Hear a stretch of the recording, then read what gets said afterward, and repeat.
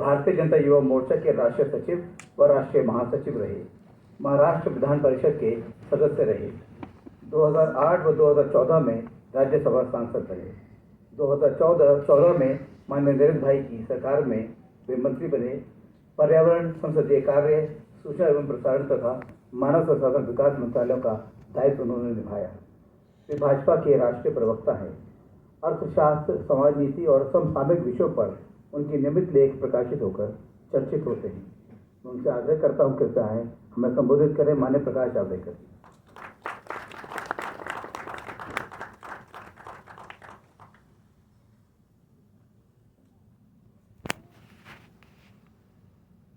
आदरणीय राम बहादुर राय,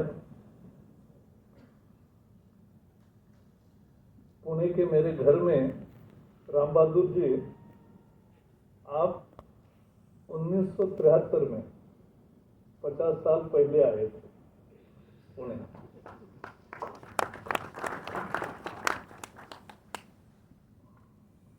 पांचजन्य के हितेश जी प्राध्यापक, जिन्होंने दुनिया का अनुभव अपने सामने रखा, और लेखक संतोष कुमार और प्रकाशक प्रभात कुमार। बहुत ही आनंद है आज के कार्यक्रम में। तो पहले वहीं से शुरुआत करता हूं जहां संतोष जी ने छोड़ा कि मैंने सचमुच उसको फोन किया कि इतना सब आपको ध्यान कैसे रहता है। मैं तो साक्षी हूं, लेकिन मुझे डेट और ये पता नहीं है, तो आप डायरी लिखते हो क्या? तो उन्होंने कहा हाँ लिखता हूं। तो ये रोज डायरी लिखने का जो काम करते हैं उनको ऐसे किताबें लिखने का अवसर मिलता है। जो नहीं लिखते, अभी मराठी में दीपावली के समय पर विशेष प्रकाशन होते हैं, तो उसमें जब्बार पटेल का लेख स्मिता पाटिल पर उम्बरठा सिनेमा के संदर्भ में था। तो इतना डिटेल था और एक एक वाक्य करेक्ट था। अटल जी ने क्या कहा, इन्होंने क्या कहा। तो मैंने उसको फोन किया, अरे इतना सब आपको याद इतने 50 साल बाद कैसे रह रहा है? तो उसने भी यही कहा कि डायरी लिखता हूं। अब मैंने सोचा मेरे तो 72 साल हो गए, तो अभी तो डायरी नहीं लिखी, तो अब लिखने का कोई फायदा नहीं। लेकिन ये समझने की बात है कि ये this is the mental discipline, और वो करना चाहिए। संतोष का पहला किताब मैंने जब पढ़ा, क्योंकि सतीश जी यहाँ बैठे हैं, हम तो उस सारे प्रवास के साक्षी है रोज के, तो बता सकते हैं कि ये सच था या नहीं।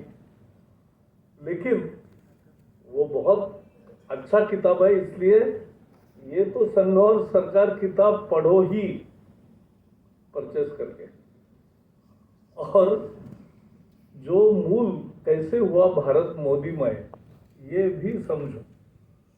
और कुछ प्रतियां तो मुझे अपोजिशन को देने का मूड आ रहा है क्योंकि उनको समझना चाहिए, वो जो समझते हैं वैसा संघ नहीं है, वैसी सरकार नहीं है। कैसी सरकार है, कैसा संघ है, क्या विचार है, ये समझने की जरूरत है। लेकिन राहुल को भेजू तो क्या होगा मुझे पता नहीं। लेकिन जयराम रमेश वगैरह को तो भेजूंगा, पढ़ो तो सही। तो बात एकदम साफ है। संतोष फिर बाद में मुझसे 2, 4, 5 बार बातें हुई, पहले पत्रकार करके, फिर लेखक करके, और फिर मैंने उसको ऑफर दी कि हम एक पाक्षिक 15 दिन में फोर्टनाइटली शुरू करना चाहते हैं, न्यू इंडिया समाचार, तो आप उसको संभालोगे? उन्होंने हाँ कहा, और अब 4 साल हो गए, अब 4th ईयर, 3 साल हो गए, 4था साल चल रहा है। तो उन्होंने बखूबी वो चलाया, और उसमें अभी सारे एयरपोर्ट पे या कहीं भी जाओ वहाँ न्यू इंडिया समाचार मिलता है, और थोड़ा समय होगा तो आप भी जरूर पढ़ना, अच्छा है।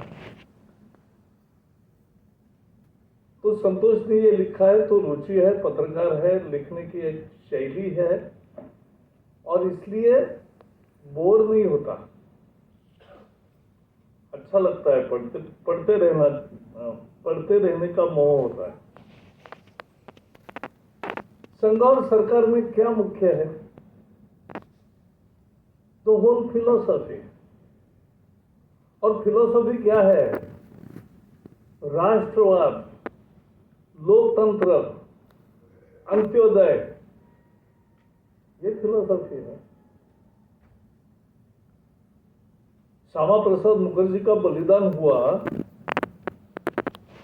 वो देश की अखंडता के लिए हुआ। और मैं आज बड़ी बात कहना चाहता हूं कि संघ पर अलोकतांत्रिक होने का आरोप बहुत बार किया गया, गलत। संघ के अंदरूनी भी, और सतीश जी ज्यादा जानते हैं, आप भी बहुत लोग उसमें जानते हैं, इतनी चर्चा होकर उसके बाद निर्णय होता है कि कभी कभी हमें भी लगता है कि बहुत समय जाया हो रहा है, जल्दी निर्णय करो, लेकिन वो एक पूरी प्रक्रिया है। तो इतना विस्तार से चर्चा होना और फिर निर्णय होना, इसे डेमोक्रेसी नहीं कहोगे तो क्या कहोगे? एक एक शब्द, एक एक स्टेप, एक एक निर्णय डेमोक्रेसी के तहत अंदरूनी डेमोक्रेसी है। और उस पर टिप्पणी कौन कर रहे हैं? जो परिवारवादी पार्टी है, जो एक परिवार में डाइनिंग टेबल पर बैठकर पार्टी चलाते, वो आज संघ पर और बीजेपी पर उंगली उठाते हैं। डेमोक्रेसी के लिए अगर लड़ाई लड़ी, इमरजेंसी में खत्म किया था इंदिरा जी ने, कांग्रेस ने, एक आदमी ने उल्टा बोला, किसी मंत्री ने इस्तीफा नहीं दिया। जब बाजी पलटते देखा तब तो कुछ लोग बाहर आए, वो अलग चीज है। लेकिन लोकतंत्र पर आंच लाई एक झटके में, एक रात में।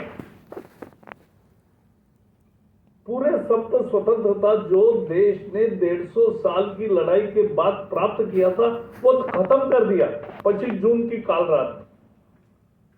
मेरे पिताजी पत्रकार थे, लोकमान्य तिलक जी के केसरी में काम करते थे, तो उनकी उस दिन नाइट शिफ्ट थी। नाइट शिफ्ट से वो वापस आए 26 को सुबह। बोले प्रकाश आज तो अजीब हो गया। मैंने कहा क्या हुआ? तो बोले इमरजेंसी आई और इसके लिए पुलिस अधिकारी हमारे दफ्तर में आके बैठा। उसने एक ही कहा कि मुझे कुछ समझता नहीं, लेकिन मेरी साइन बिना कोई भी न्यूज छपेगी नहीं। सेंसर वो बैठा। प्रेस फ्रीडम नहीं, अभिव्यक्ति आजादी नहीं, भाषण की स्वतंत्रता नहीं, लिखने की आजादी नहीं, संगठन की स्वतंत्रता नहीं, कुछ भी नहीं, राजनीतिक कार्रवाई गतिविधियां करने की आजादी नहीं। पूरा लोकतंत्र एक दिन में समाप्त कर दिया। और दुर्भाग्य से कोर्ट वालों ने भी उसको जायज ठहराया। तो ये जो लोकतंत्र का था, अगर लोकतंत्र की लड़ाई फिर से 1977 में लोकतंत्र कायम हुआ, तो उसका मेजर श्रेय राष्ट्रीय स्वयंसेवक संघ को जाता है, यह मुझे बताना पड़ेगा। क्या लड़ाई लड़ी? लाख लोग से ज्यादा लोग जेल में गए, उसमें तो 90% संघ के थे। संघ यानी संघ परिवार के थे, 10% अन्य लोग थे।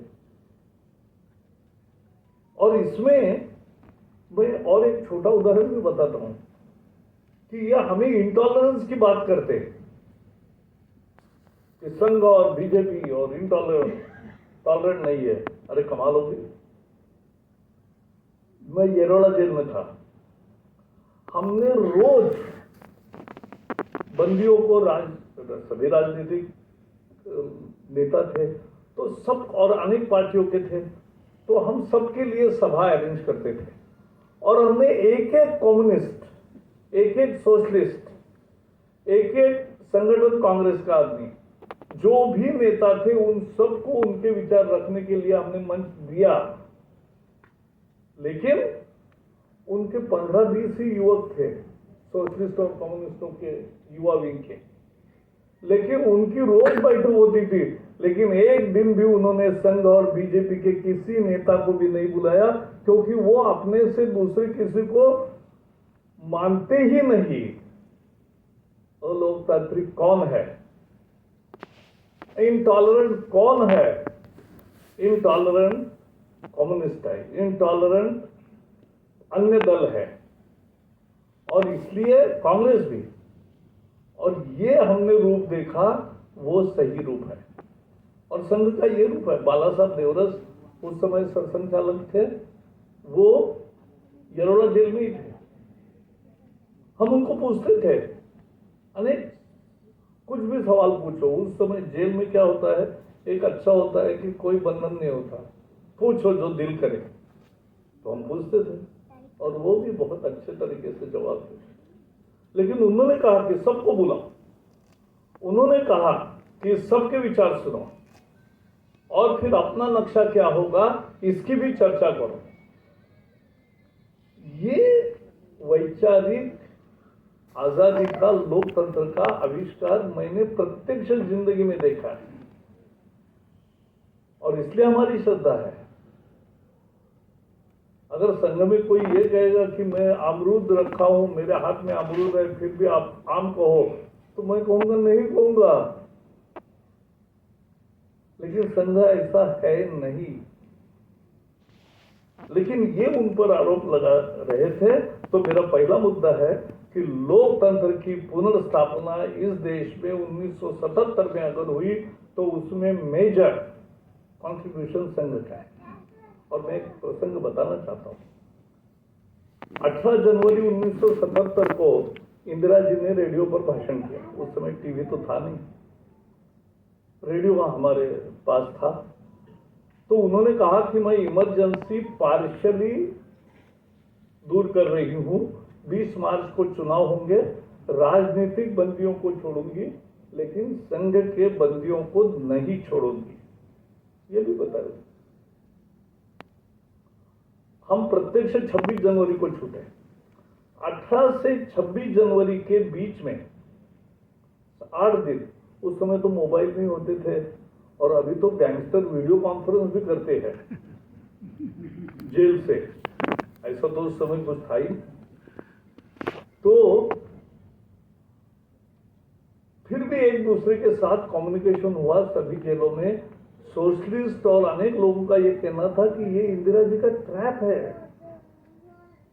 हमें ना धन मिलेगा, ना वाहन मिलेगा, ना साधन मिलेगा, ना उम्मीदवार मिलेंगे, हम हार जाएंगे 50 दिन में। और हारने के बाद she will legitimise her emergency rule, कि लोगों ने मुझे इसके पक्ष में वोट दिया है। लेकिन उस समय और उसमें संघ के कार्यकर्ताओं को नहीं छोड़ने वाले थे। तो हम जो राजनीतिक बंदी थे उन्हें तो पता था कि आज नहीं तो एक सप्ताह में हम बाहर जाएंगे। लेकिन संघ वालों को तब कहा था कि आप बाहर नहीं जाएंगे। और कितने साल, मुझे अभी एक एडिटर ने पूछा, तो मैंने कहा हम जब हु थिंक्स ऑफ फ्यूचर, मैंने कहा कि जब हम जेल में गए तो 16 दिन रहेंगे, 16 महीने रहेंगे या 16 साल रहेंगे, किसको पता था? किसको पता नहीं था?